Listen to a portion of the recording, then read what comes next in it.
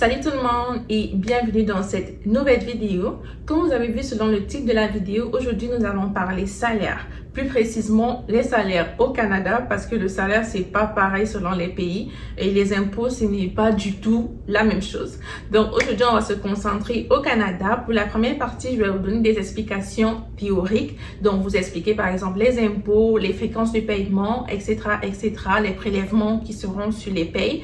Et à la fin, je vais vous montrer un de mes anciens T4 que j'ai réussi à retrouver dans un de mes relevés de paie d'un de mes anciens emplois. Donc, vous pourrez voir un peu la pratique, on va dire. Donc, comprendre en fait ce qu'on vous prélève dans le relevé de paie que vous recevez généralement les mercredis soirs ou bien les jeudis.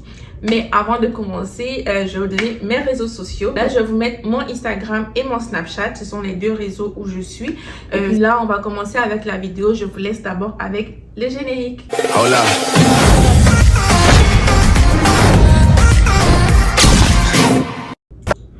Bon, nous allons commencer par le commencement. C'est quoi les impôts? Généralement, les gens se disent, c'est quoi les impôts? Donc, les impôts, moi, je réside dans la province du Québec. Donc, je vais juste prendre l'exemple pour la province du Québec. Au Québec, vous êtes imposé deux fois. Donc, il y a l'impôt fédéral et il y a l'impôt provincial qui vous coupe. Donc, chacun, il coupe sa part. Et puis, vous allez avoir d'autres trucs qui vont passer, mais ça, je vais vous expliquer plus tard. Donc, ces deux impôts-là, généralement, c'est eux qui prennent la plus grosse part du butin parce qu'il faut que vous payiez vos taxes, on va dire. Donc, selon maintenant l'argent que vous gagnez,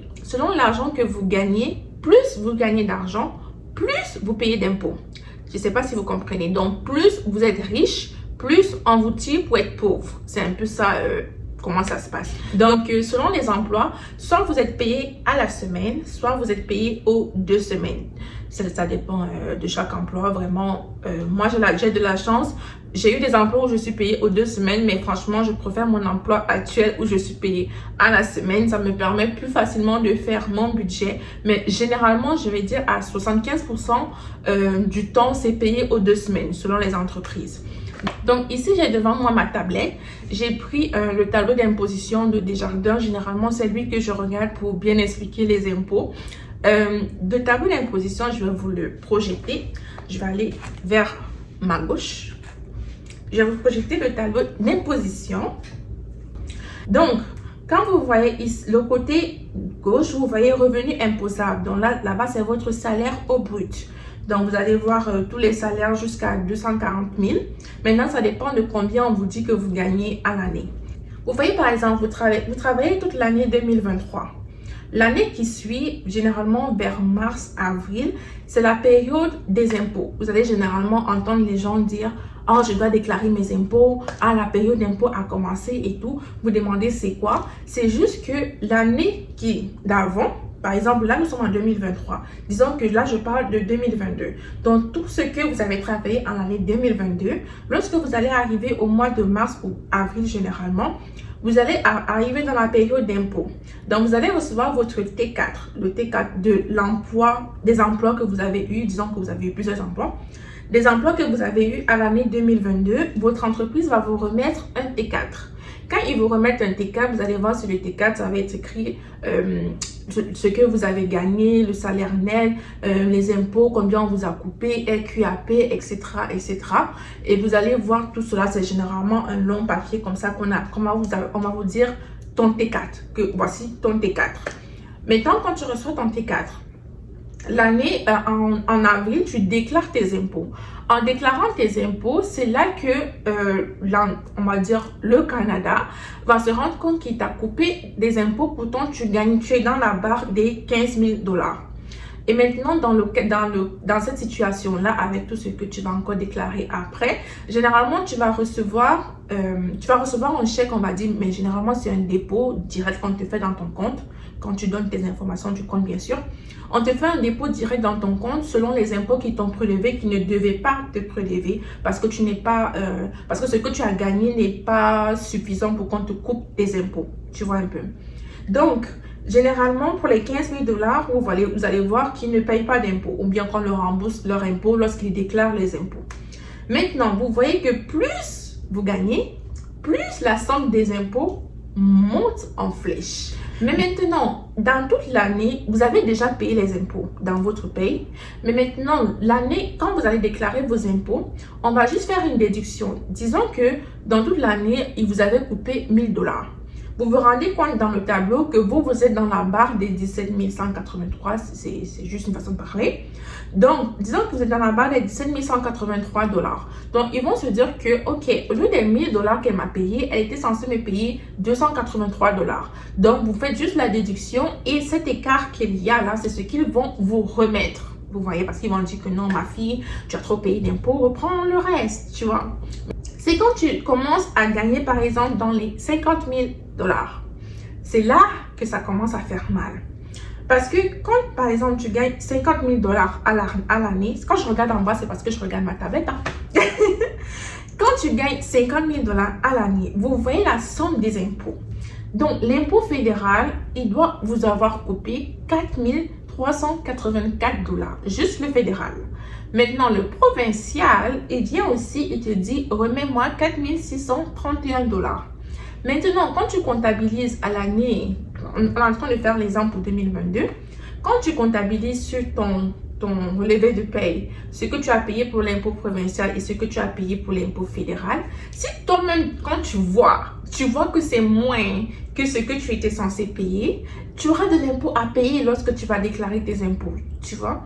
Donc, ils t'ont coupé pendant toute l'année et quand tu déclares tes impôts, tu leur remets encore un chèque pour dire non, je n'ai pas beaucoup payé, reprenez encore mon argent. C'est exactement ce qui se passe. Donc, je vous conseillerais, si vraiment vous cherchez de l'argent, prenez un emploi et le deuxième emploi, faites un business. Franchement, c'est la meilleure des choses. Donc, pour cette vidéo, on va prendre que le relevé de paye d'une entreprise pour laquelle je travaillais il y a 2 ans, parce que je n'ai pas envie d'utiliser mon relevé de paye actuel pour mon entreprise. Sinon, je pense qu'il y a des marabouts qui vont venir me dire bonjour dans mon sommeil. Donc, pour les Africains, vous comprenez de quoi je parle. Mais pour cette vidéo, je vais prendre un ancien relevé de paye. Donc, quand vous recevez votre relevé de paye, généralement, ça va ressembler à ça. Mais c'est pas pareil pour tout le monde. Mais dans le grosso modo, vous comprenez ce que je veux dire. Vous allez voir les périodes pour lesquelles le chèque en question a été émis. Donc là, pour cet exemple-ci, c'était pour le 10 octobre 2021 au 23 octobre 2021 que j'avais travaillé. Et ça a été payé le 4 novembre 2021. Donc c'est un jeudi. Il y a vos informations et tout et blablabla, votre taux horaire qu'on va vous écrire, le titre d'emploi que vous aviez. Et le plus important maintenant, c'est le tableau. Maintenant, lorsque vous voyez le côté rémunération, vous voyez combien j'étais payé dans le régulier pour 70 heures parce que là-bas, on travaillait 35 heures par semaine. Donc, 70 heures, ça fait 2 semaines. Vous voyez que j'ai été payé 1414 $. Ça, c'est le brut. C'est le brut, tout ça. Donc, 1414 $. Et étant donné que je travaillais 2 soirs, j'avais une prime de soir de 4%. Donc, la prime de soir de 4% pour 42 heures parce que ce n'était pas, je n'ai pas été de soir pendant les 70 heures, juste pendant 42 heures. Ça veut dire que j'ai eu une prime de 36 $60. Pour la fin de semaine aussi, il y avait une prime, je ne sais plus de combien de pourcents elle était, c'était un truc bizarre. Donc, fin de semaine, j'ai fait 21 heures. Donc, je crois que c'était 4 week-ends, 3 week-ends. I don't remember. Donc, c'était 21 heures et j'ai été payé 16 $97.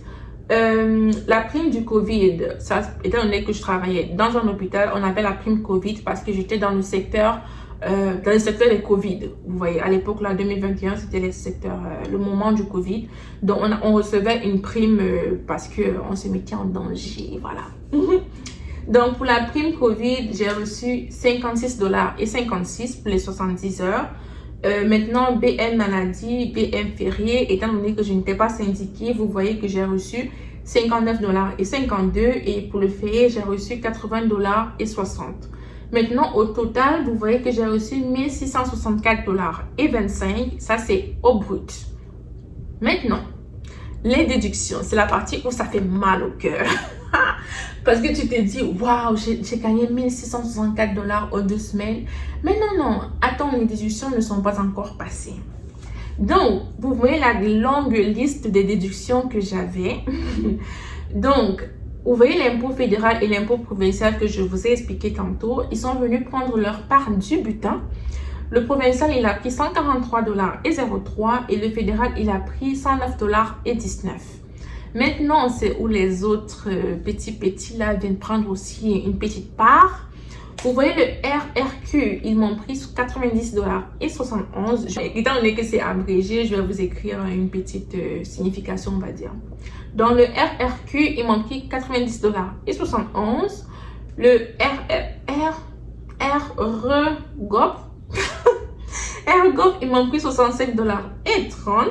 L'assurance emploi, ils m'ont pris 19,64 $. Eux, ça ne me dérangeait pas trop, ils ne prenaient pas trop, vous voyez. Donc, vous voyez maintenant, j'avais le CHUM CSN catégorie 3. Ça, c'était en fait pour les avantages, on va dire les avantages du travail. Parce que avec ce travail-là, j'avais l'assurance maladie. Oui, c'est ça que vous voyez ici, le CHUM CSN catégorie 3. C'est eux, l'assurance maladie. Ils me prenaient en pourcentage. Et j'avais l'option 2. J'avais encore la taxe qui passait. C'était ouf. Et en plus, je leur avais demandé que moi, je ne veux pas l'assurance maladie. Mais c'est obligatoire. Donc, ça faisait très mal. Parce que vous voyez, de 27 $ à 20 jusqu'à 5,24 $, c'était juste cette assurance qui passait. Et en plus, on m'avait encore demandé, est-ce que tu veux l'assurance dentaire? J'ai dit no way. Non, merci, c'est assez pour moi. Donc, après, vous voyez le RCAP. Prononce bien RCAP.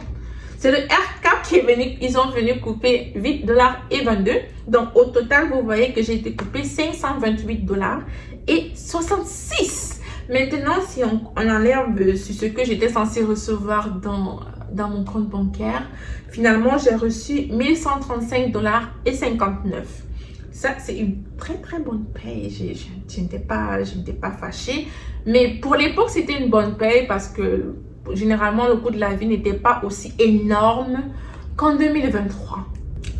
Donc, ceci me fait à cette petite vidéo. J'espère qu'elle vous a plu. J'ai essayé de garder cette vidéo un peu superflue pour ne pas entrer dans les détails techniques. Mais vous avez un peu compris ce que je veux dire par là, par les salaires au Canada et un peu compris comment ça se passe. Donc, j'espère que la vidéo vous a plu. N'hésitez pas à liker, commenter et vous abonner comme d'habitude. Et nous, on se retrouve mercredi pour une prochaine vidéo que je vais vous publier. Bisous!